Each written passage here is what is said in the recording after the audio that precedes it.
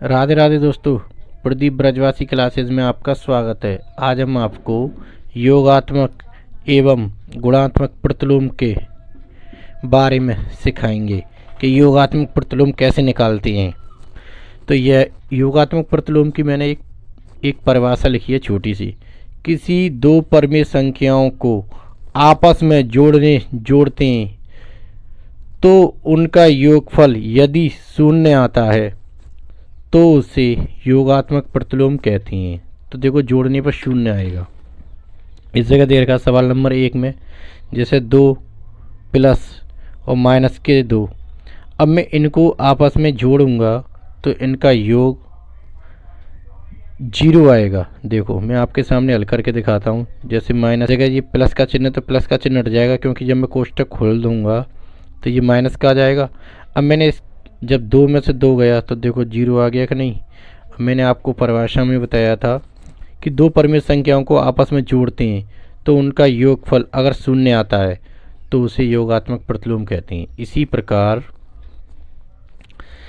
इस जगह ये 7 प्लस माइनस के 7 है कोष्टक में। अब मैं इसको जोड़ूंगा तो 7, अब मैं कोष्टक खोलूँगा तो चिन्ह बदल जाएगा, माइनस के 7। इसमें से 7 में से 7 गया तो ये 0 आ गया। तो ये है 0 आ गया, तो इसका फाइनल आंसर है। इसी प्रकार 3/4 सवाल नंबर 3 में, ये मैंने सवाल नंबर 3 ले रखा है। इस जगह सवाल नंबर 3 ले रखा है। 3/4 प्लस कोष्टक में माइनस के 3/4। अब मैं इन दोनों को जोड़ूंगा तो देखो इनका भी आंसर शून्य आ जाएगा। देखो, इसी प्रकार 3/4। अब मैं कोष्टक ब्रैकेट खोल दूंगा तो चिन्ह बदल जाएगा। इस जगह ये माइनस का, ये जैसे प्लस का है, और जैसे ही मैं कोष्टक खोल दूंगा तो इस जगह माइनस के 3/4 आ जाएगा। इसी प्रकार इसमें से 3/4 में से माइनस के 3/4 गया तो ये देखो शून्य आ गया कि नहीं। जो कितना आसानी से हल हो गया। इसी प्रकार हम कह सकते हैं सवाल नंबर 4 में, ये माइनस के 70/80 दे रखा है कोष्टक में, प्लस के 70/80। अब ये माइनस मैंने इसलिए लगाया क्योंकि मैं अगर इस संख्या को बदल देता हूँ तब भी वही आंसर आएगा। तो ये माइनस के 70/80 प्लस के 70/80। तो देखो, प्लस माइनस के ये दोनों कट जाएंगे तब भी 0 आएगा। या आप माइनस के 70 में से इस जगह ये 70/80 दे रखा है, माइनस के 70/80 इसमें से घटाएंगे तब भी शून्य आएगा। अब योगात्मक प्रतिलोम में यह भी कह सकते हैं, और इस जगह बता रहा हूँ मैं। तो ये माइनस का 2 और ये प्लस का 2, तो मैं इसमें जोड़ूंगा तो 2 में से माइनस के 2 में से प्लस के 2 गए तो ये देखो 0 आ गया कि नहीं। देखो कितना आसानी से हल होगा। इसी प्रकार माइनस के 16 और प्लस के 16, तो माइनस के 16 में से प्लस के 16 जाएंगे तो देखो दो परिमेय संख्याओं का योग। तो दो परिमेय संख्या, तो पहली परिमेय संख्या ये होगी 16, दूसरी ये होगी प्लस के 16। अब मैं आपस में इनको जोड़ रहा हूँ तो देखो -16 माइनस की मतलब प्लस के 16 गए तो ये देखो ये भी 0 आ गया। देखो कितना आसानी से हो गया। अब मैं आपको गुणात्मक प्रतिलोम के बारे में बताता हूँ। गुणात्मक प्रतिलोम क्या होता है?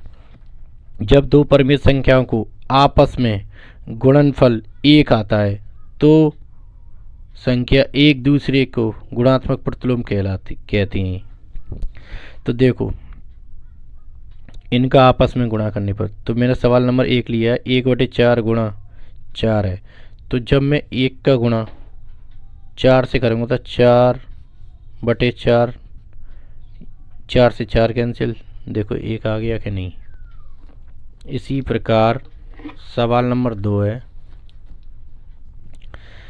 तो ये 8/-5 गुणा -5/8 दे रखा है।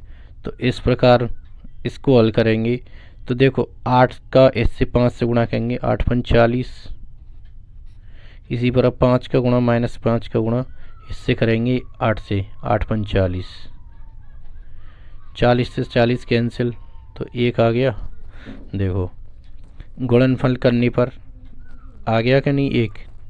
इसी प्रकार सवाल नंबर 3 लेंगे। तो इस जगह इस प्रकार भी कर सकते हैं आप कि 3 से 3 कैंसिल, कट गया, गुणा में तो कट जाती। इसी प्रकार 10 से 10 कैंसिल हो गया। अब ऊपर क्या बचा आपका 1 और नीचे भी 1, तो 1 से 1 तब भी 1 आ गया। इस प्रकार भी हल कर सकते हैं आप चाहें तो। जैसे 11 गुणा सवाल नंबर ये 4 है, 11 गुणा 1/11, तो 1 का गुणा हम 11 से करेंगे तो 11 आएगा। 11/11, तो 11 में 11 से भाग देंगे तो 1 आ गया। अब मैंने आपको जब बताया कि दो परिमेय संख्याओं का गुणनफल अगर 1 आता है तो देखो 1 आ गया कि नहीं, तो उसे गुणात्मक प्रतिलोम कहते हैं। इसी प्रकार सवाल नंबर 5, इस जगह 2/5, इस जगह माइनस लगा हुआ है, गुणा में -5/2। तो इसी प्रकार इस जगह लगा हुआ है, तो दो परिमेय संख्या हो गई। तो जब आपस में जी 2 से 2 कट गया, 5 से 5 कट गया, तो इस जगह क्या बचा -1 और इधर भी -1।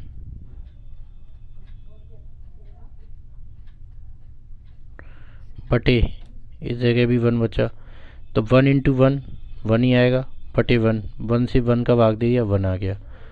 तो कितना आसानी से हल हो गया। आपको ये गुणात्मक प्रतिलोम अच्छे से समझ में आया होगा। आपको वीडियो पसंद आई हो तो लाइक करें, चैनल को सब्सक्राइब करें। धन्यवाद।